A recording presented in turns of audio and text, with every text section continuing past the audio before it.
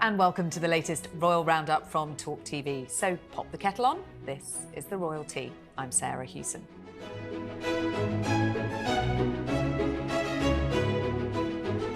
Coming up on today's show, King Charles makes his first major public appearance since his cancer diagnosis. Plus, did Meghan really turn down an invitation from William and Kate? And find out what Rufus Sewell had to do to play Prince Andrew in the upcoming film Scoop. Joining me today to discuss all of that and more are the Daily Mirror's royal editor Russell Myers, royal commentator and TalkTV regular Afua Hagan, and royal commentator and TalkTV host Daisy McAndrew. Hello to the three of you. Now, King Charles greeted well-wishers in his first major public appearance since being diagnosed with cancer. The King spoke to crowds and shook people's hands after the Easter Sunday service at St George's Chapel, where he was accompanied by Queen Camilla. The Prince and Princess of Wales did not attend as Catherine continues her cancer treatment. Russell, to you first. It was great to see the King back on duties and those interactions with the crowds outside. He seemed to be really enjoying being back out and about. Well, definitely. I mean, you know, it's a hugely positive moment, not only for him, for the palace, I suppose the wider monarchy as well. I think people at the palace were saying it was very important for the King to show a sense of unity and stability. It's been a pretty tumultuous few months, you know, for the royal family. We've had his diagnosis of cancer and then the Princess of Wales, both of them being in hospital at the same time. So it's been a pretty rough ride. But great that he was, I mean, not only determined to do it, but actually pulled it off. And I think nobody expected him to be out shaking hands, but he was out there for ages and seemed to be sort of relishing being back at work. So I think a really positive note. There was one light moment at Afua when he met a dog called Camilla, a King Charles Spaniel named after his wife. But you could see the enjoyment he had with having those interactions again, because he's been shut up behind closed doors, hasn't he? And when we have seen him, it's been on these, you know, one-on-one meetings, perhaps with Prime Minister Rishi Sunak, and we saw him with the Chancellor ahead of the budget. But then earlier on last week, we did see him with kind of like, I think it was about 12 faith leaders in a room, just in that run-up to Easter Sunday. So obviously, you know, interacting with more people. And he definitely looked like he was relishing being back out in those crowds. And that's what he wants, to be back out amongst the people. I mean, this year, without all the illnesses and everything that's happened, was supposed to be about him getting out there, doing Commonwealth visits, whether that was to Canada or Western Samoa, the end of the year for the Commonwealth Heads of Government meeting. He wants to be out there amongst people, meeting people, doing things. Must be so frustrating for him. And we know he's frustrated at the moment not being able to do that. So I think Sunday was definitely a step in the right direction for him to see how he feels being back out in those crowds. He will have definitely been pleased with the reception. Hopefully doctors are pleased with how it went, and he's taking small steps to getting back to work. I thought it was really interesting also that the palace was actively briefing that we should be reading something into this, rather than normally, you know, they're telling us not to read anything into anything. And they were saying, you know, it's clear from this display, public display, that the patient, as they referred to him, you know, is responding well and is doing okay, and wants, as you both said, wants to be seen, you know, with the public and making jokes. And, you know, when they were saying get well soon, he was saying, I'm doing my best and I'm following my orders, sort of intimating that, you know, Camilla was telling him what to do, and he was just saying, yes, boss, 3 bags full, boss, I'll do whatever you want. And it was, you know, and people counted that he'd done 56 handshakes. You know, so people were watching him and applauding. But then he had, on doctor's orders, not taken part in the indoors event that was after the church service with family members. Because, of course, as we all are experts after COVID, we know that any infectious diseases, you're much more likely to pick something up indoors than outdoors. So the doctors were, and he's obviously, his immune system, having treatment for cancer, will be weakened. So he's less likely to catch something from a stranger in the fresh air than he is from, you know, being indoors with lots of people. So you can see the path that they're trying to take with him. I noticed that all members of the royal family drove to the door of the chapel so that, you know, there wasn't the king being driven and not walking with other members of the family, Russell. But I guess now that we are moving spring and then towards the summer months, the plan is that he'll be able to get out a little bit more. Yeah, definitely. That may have been something to do with Prince Andrew leading the line at King Constantine's memorial. You know, those headlines were for all the wrong reasons. And I think that the mood music from the palace is very positive. It's about the fact that these are baby steps, as you said, and certainly he's looking towards Trooping the Colour. That's June the 15th. Week after is Royal Ascot. It'd be great if he could, you know, go to a couple of days of the festival. And then, you know, what else do we want to see? I mean, it's possibly larger engagements, but mainly outside. And I think those garden parties will provide sort of the perfect opportunity for him to be seen. It's the 80th anniversary of D-Day as well coming up, which would normally, something on that scale would warrant a really significant royal presence. But as you said, Afua, also looking ahead to the foreign travel, which at the moment is all on hold. Yep. And that's something, like I said, that will be really disappointing for him. But as you said, the 80th anniversary of D-Day is a hugely, hugely significant day and something that definitely the King and Queen would want to be part of. So perhaps that's something that's going to be lined up for later on in the year. But yeah, those Commonwealth trips, particularly to Commonwealth countries, like I said, Canada, Australia, Samoa, all those are really, really important. And he really wanted to do that this year. And, you know, we're probably not going to see Canada going ahead in May, I think, when it was scheduled for. But perhaps later on in the year, he might get one of those in and then they're pushed into 2025. But as the years go on into his reign, those trips are going to become more and more important. The Commonwealth is such a huge thing to him, such a thing of pride, and something that when he spoke about it in a Commonwealth service earlier on this year about togetherness and unity, something that he wants to keep together. But he is going to have to do the legwork to do that and remind people what the Commonwealth is for and why he feels that it's worth it. And it was, as you were describing, Daisy, Easter light, effectively, without the kind of gathering inside, without the big lunch afterwards, and also a smaller family gathering because, of course, we didn't have the Wales family taking part. And these big occasions, whether it's Christmas or Easter, they are occasions for your real diehard royalists and monarchy fans to get to line the streets and see their favourite royals. And of course, at the moment, there's huge disappointment that William and Catherine aren't around. We know that they've said quite flatly they're going to have a private Easter with the kids, keep them out of the spotlight, go home to Norfolk, which we know is their sort of happy place. And so, we commentators or the public just have to accept that. And I think in this country, there is an acceptance that after all that crazy conspiracy theories and fury and ridiculous, hysterical interest in Catherine, that now she's done her video, she's made her announcement, that actually I think the British public are prepared to give her privacy and peace. I'm not certain that that's the case around the rest of the world.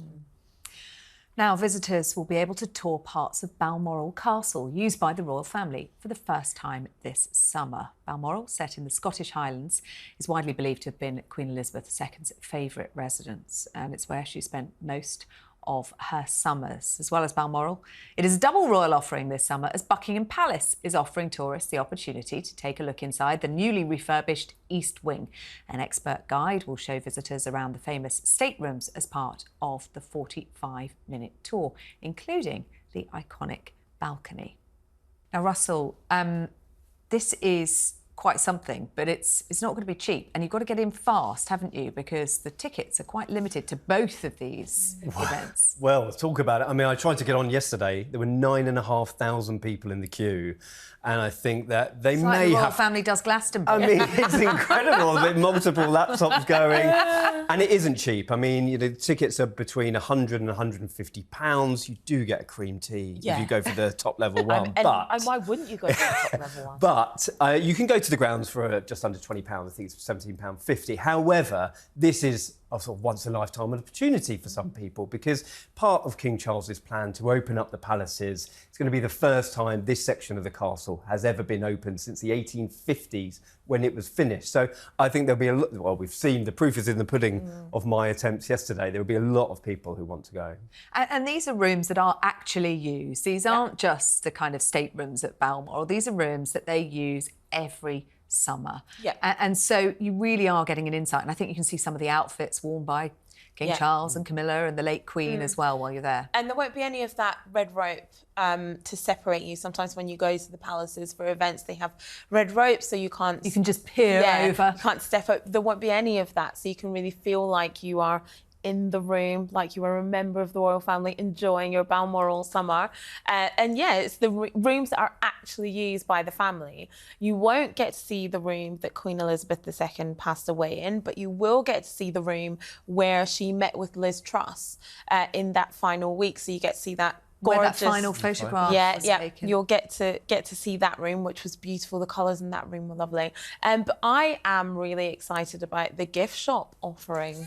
I think it's going to be incredible. And actually, my kids actually do have corgis from the Balmoral gift shop. See? Toy ones. I just think they're gonna definitely up the gift shop offering, and I'm just here for it. Anything in tartan. I'm finding this fascinating because I've been sort of waiting over the last 24 hours for a bit of a backlash on this, with people saying, oh, you know, how naff, how vulgar, this sort of Disneyfication of the royals. And so far, there hasn't really been that backlash. But I'm slightly waiting. I don't know, maybe it'll be the Sunday papers, the real sort of snooty types who'll be writing, you know, how very gauche of the royals. But of course, as Russell was intimating, this was always, we were always told that there was a plan afoot. When Charles became king, not only did he want a slimmed-down monarchy, about which we have talked ad nauseum, but he wanted also to open up the palaces and slightly make them wash their face, you know, financially earn some money. And of course, everyone's always wondered, well, what's that actually going to look like? Is that going to be Buckingham Palace as a museum? Is it going to, you know, will he start selling off some of, you know, the multiple properties that he does own? So I guess this is a sort of baby step, or perhaps more than a baby step, you know, towards that. But yes, I'm waiting for the snobs to kick in. Well, the Buckingham Palace one is interesting as well, isn't it? Because we're, 7 years into the refurbishment. I think they call it resurfacing, don't they, of Buckingham Palace to make it fire and flood proof, I saw today. So it's not about the interiors, although it does look fantastic, the new East Wing. But that is somewhere members of the public haven't been able to go before. And to be able to look out onto that balcony, which, you know, we see from down below. That's completely iconic, isn't it? I mean, to be able to come out onto that balcony, the scene of so many iconic images throughout royal history, and you'll be able to see the centre room, the yellow room. I mean, this is, you know, something for the ages. And I you know, it might be baby steps, but I think this has always been the plan. It's not about the Disneyfication of it. It's about giving the public a bit more for their money, I suppose. There's often criticism about how much do the royals cost the general public. It's not too bad. It's just over £1 a year or something. Yeah. But there is the argument that they should be allowing a bit more insight into royal life, and this is a perfect opportunity. And they're certainly not the first to be opening up these big properties to enable them to keep them running throughout the year, are they? Now, it was claimed this week that the Prince and Princess of Wales had reached out to Harry and Meghan and asked them to bring their children, Prince Archie and Princess Lilibet, over to the UK to visit. However, according to the royal author Tom Quinn, Meghan put her foot down and refused. Russell, I'll come to you on this story. Is there anything in this? Do we believe that Kate and William have reached out to Harry and Meghan and said, come for a visit? I mean, is it on their priority list right now? I think that's exactly the point. It's certainly nowhere near their priority list at the moment. We've already had, you know, a really terrible few months that the royal family have had to get through, sort of lurching from one issue to the next. Certainly the Princess of Wales is going to be taking that leave of absence for the foreseeable future, and Prince William is going to be by her side and looking after his children and worrying about royal duties as well. Now, we all know about the fractiousness between the couples or the brothers, and there's simply no truth in this. I mean, people I've spoken to at the palace have been quite staunch in their opinions of this. Listen, there are bigger things at play here. It's certainly not going to be William picking up the phone. Harry did want to see his brother when he recently visited to come and see the King after his cancer diagnosis, but that again is not on the agenda for William. And possibly down the line. We of course now know, the Princess of Wales was pretty ill. Oh, absolutely. At that point yeah. as and, well. and even now, it's. I just cannot see it happening in the near future. I think this is. I mean, I want to be kind to Tom Quinn. Is that his name? I want to be kind. I want to be kind to him, but I feel like you've made this up. I feel like he's literally just sat down and thought to himself, what can I say today that's going to, I don't know, go viral and catch some headlines? And this strikes me as that. For the reasons you said, it's just not on the priority list right now. I think maybe in his head, he imagined that this is something that would have happened. And I like his sense of imagination, and he should probably write a fiction novel. But I just think this did not happen in any way, shape or form. And I think also the point is that it's actually a very clever thing to say in a cynical way, because if you say, William and Kate reached out to Harry and Meghan, if William and Catherine then deny it, that's a story. They're not going but as in the story is they didn't. Yeah. They didn't reach out. If people around Harry and Meghan say that didn't happen, that's also a story. Yeah. So you're putting the royals, the four royals, in a completely impossible position, because it's a very difficult story even to comment on. Obviously, you can do it behind the scenes, and so you can start sort of. You can light the fuse and then stand back and watch the fun and games. I think it's deeply cynical and dodgy. It feeds into what we've experienced over the last few weeks about misinformation, conspiracy theories. We're in a climate at the moment that the royal family are kind of battling against and fighting fires all the time. And this kind of commentary, I suppose, is quite unhelpful. There's a family at the centre of this and two brothers who have fallen out. And it's a lovely idea to think that the cousins would all be be back great. together. It would be great, wonderful, wouldn't it? But it just doesn't seem that we're anywhere near. Not at the moment. It doesn't pass the sniff test. No, it doesn't. And the Invictus Games' 10th anniversary service at St Paul's is due to take place on May the 8th. But the publication of the exact date on the cathedral's official website has triggered fears over Prince Harry's security. The Duke of Sussex recently lost a High Court challenge against the government over his security when in England. Daisy, do you think this could jeopardise Prince Harry's appearance at the service? I don't think it will, because it's something he cares too passionately about. I think if it was a number of other moments in his diary that he could have pulled out of, in an elegant way, then I think possibly it would have damaged it. I think the Invictus Games and a 10th anniversary service at St Paul's to celebrate them is too much of a big deal for him to pull out of. But I think he must be absolutely spitting nails about this. I feel rather sorry for whichever diary person it was at St Paul's, or press officer or whatever, who inadvertently put this information out. And of course it does bring into focus the issues that we know Harry has and how he feels about the fact that he can't get official Metropolitan Police security when he's in the UK. So it's deeply unfortunate, and of course has led to all the other questions. Is he coming alone? Will Meghan come? Yes. All of that stuff that follows on from it. Yes, because bringing Meghan and the children is a much bigger step, isn't it? And that's certainly been his argument around security, that it's not safe for them to return to the UK. Yeah, he's said many times that he doesn't feel that it's safe for his wife and his children to be in the UK with him or without him. And so, to be honest, I don't think we will see any of them attending. I think Prince Harry will definitely be there, especially Meghan apparently a TBC. Yes, I've seen that on the programme or some of the official stuff as well. I don't think she will attend. I don't think she will attend because she doesn't want to be tabloid cannon fodder.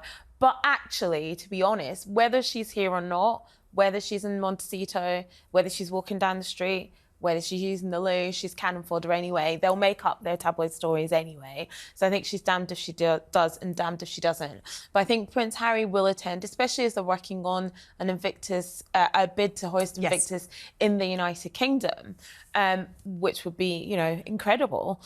So I think definitely he will be there. And that's a bigger picture here, isn't there? Actually, it's in the government's interests to have Prince Harry here and with security and talking about something as important as the Invictus Games if we want to host it? Oh, absolutely. Again? I mean, the government are putting a bid in for the 2027 Games, and surely you would want Harry as the main ambassador, the founder, to be there in terms of promoting this fantastic event. And again, why wouldn't you want Meghan, possibly the children here? I think Harry said himself recently he's going to be in the UK or travelling through the UK. Yes. There are going to be opportunities for him to sit down with his father, his brother, his sister-in-law in the future. It might not be in the next few weeks, it pretty much won't be. But, you know, if the government and the Metropolitan Police do give him that security, that because sort he can apply for that. He can, it's not an automatic. It's going to be on a case-by-case basis. So I think if that is the case, then surely it will settle his nerves, and I think he's owed that, surely. And actually, I slightly disagree with Afua. I have a hunch that Meghan will come to that service because she has been such a public supporter of the Invictus, and yes, it's his baby, of course it is, but she has given her support so many times, in person to that. Obviously, that then makes it even more interesting for onlookers and tabloids and so on to say, will they go and have tea with Catherine and William, etc., etc. But I can see a situation where she's at St Paul's. Now, photos of Meghan visiting a children's hospital in Los Angeles have emerged this week. The Duchess led a literary healing session and showed off her acting skills as she got into character, reading books like Rosie the Riveter, Pete the Cat and I Saw a Cat. Afua, the photos came out this week, but this engagement actually happened a little while ago, around the time the Princess of Wales revealed her cancer diagnosis. Yeah. So does it look like actually they've held these back for the right reasons? Yeah, it does. It absolutely does. So this visit occurred on the 21st of March and the Princess of Wales released her statement on the 22nd, the day after. And perhaps they were going to release them on that day and then saw the Princess of Wales statement and decided to hold them. And I think, that was a good idea, if only to save them from the whole, oh, how dare you release pictures of you doing something when the Princess of Wales has done something else, just to save them from all that aggravation, which, happens all the time now. But, I mean, it looks like it was a great visit. She was supporting the Children's Hospital Los Angeles, and it was part of a month called Make March Count, which is about attracting celebrities and people like that to hospitals, to children's causes, and shining a light on them. So good for her for being a part of that, using her acting skills, reading stories to kids, doing all the voices, that is exhausting. So good for her.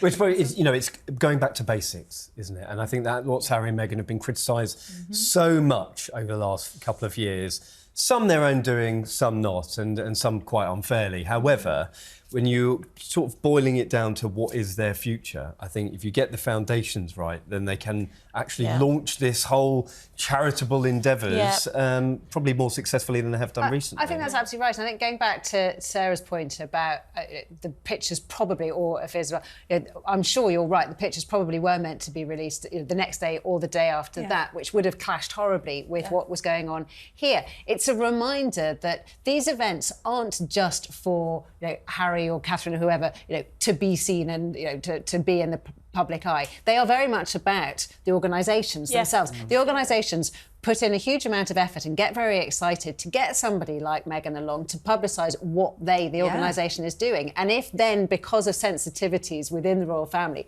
that publicity doesn't come, it's actually very upsetting and damaging for the organisation. So it's kind of nice that it's reminded people this isn't just about Harry and Meghan, this is about, or whichever royal we're talking about, it is about all those charities and organisations that really want their support and they're sprinkling their stardust on their organisation.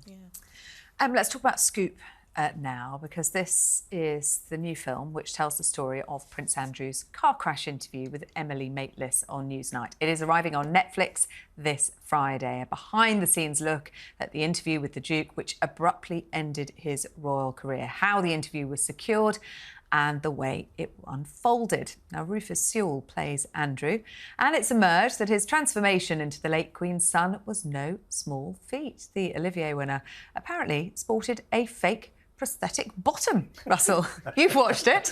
I have, yes. Did you notice? I kind of did, and then I thought, what on earth is going on? I won't give you any spoilers, but I did enjoy it. It's a cause of fascination, of course. I mean, anybody has watched the original interview, and I think that not only this one on Netflix, there's another forthcoming show on Amazon.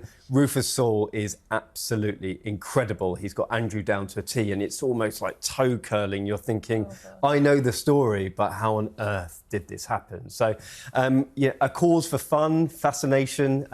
It certainly got you thinking, how on earth did it come to this, and who was responsible? Russell, I know you said no spoilers, but I have read that there is a scene where said prosthetic bottom is on show with Andrew getting out of the bar. Oh yes, Is that true? It is true. Yeah. So look away now. As if the original wasn't cringe enough. Exactly. Yeah. I was also reading about the transformation that originally Rufus Sewell had eyelids, prosthetic eyelids, and he said even when he looked in the mirror, he thought he was Andrew. He looked so akin to him.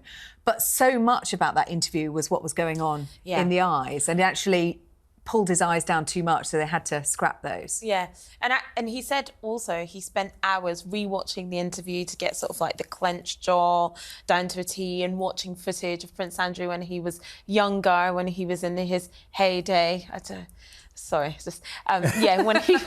When he was Randy Andy. I had to say it. I'm really sorry about that, guys. And so he spent so much time studying him so he could get that stare down to a T. And he's absolutely nailed it. Yeah, and he took advice from former CIA and FBI experts who were going through the tape, rather like they do with interviews with criminals, about working out what forensically examining that tape. Where are the tells that he's lying and so on. And they decided, apparently, according to Rufus Sewell, that he was telling the truth 50% of the time, which obviously means he was lying 50% of the time. And apparently Rufus Sewell was sort of walking up and down his sort of family home, in character, pretending to be Andrew, and then got really embarrassed when people caught him doing it. But I think he's quite sympathetic in the interviews he's done to Andrew, more sympathetic than you would expect. But I guess if you're playing somebody, you have to find something about them that you can identify with. Yeah. Well, that's interesting, because Michael Sheen, who is playing Andrew in the Amazon A Very show, Royal Scandal, yes. He said very similar. He said he didn't want it to be this gross characterisation of Andrew. We know the story already, but he wanted to delve into the character a bit more. But yeah, watch for yourself. I think it's certainly worth a watch. And one thing I have to ask Russell is watching it. I mean, I'm sure they won't bring themselves to watch it, but for the family, in particular for Andrew's daughters, Beatrice and Eugenie, this will be excruciating to have this played out all over again. Well, not just for them. I mean, for the entire royal family, it's one thing that they don't need to be dealing with. Raking over the old coals of that scandal is something that they want to avoid at all costs at any time. So, unfortunately, we are all still fascinated by it, and that's certainly never going to go away. And of course, one of the daughters was actually there for the interview itself, and so she was there for the real thing. And now, as you said, I'm sure they won't watch it, but were she to watch it, that would be reliving her own experience. I went to the premiere actually, and sort of the screening actually, and Sam McAllister, who The Scoop is about, based on her book. She was the BBC producer who nailed the interview. She said herself she was really impressed with Beatrice when they sat down and they play this scene of when Beatrice is actually asking the killer questions. In the meeting. And you had his advisors who were kind of pushing him towards it, and then he agreed to do it. And I suppose the rest is history. And had he potentially asked some more pertinent questions, it might have been a very different story. Yep. Thank you all very much indeed. That is all we've got time for this week. Big thanks to Russell, Afua and Daisy. If you want to join in with the debate, please leave a comment and make sure you subscribe if you don't want to miss a single episode. We will be back next week with all of the latest on the royal family. We hope you can join us. We'll see you then.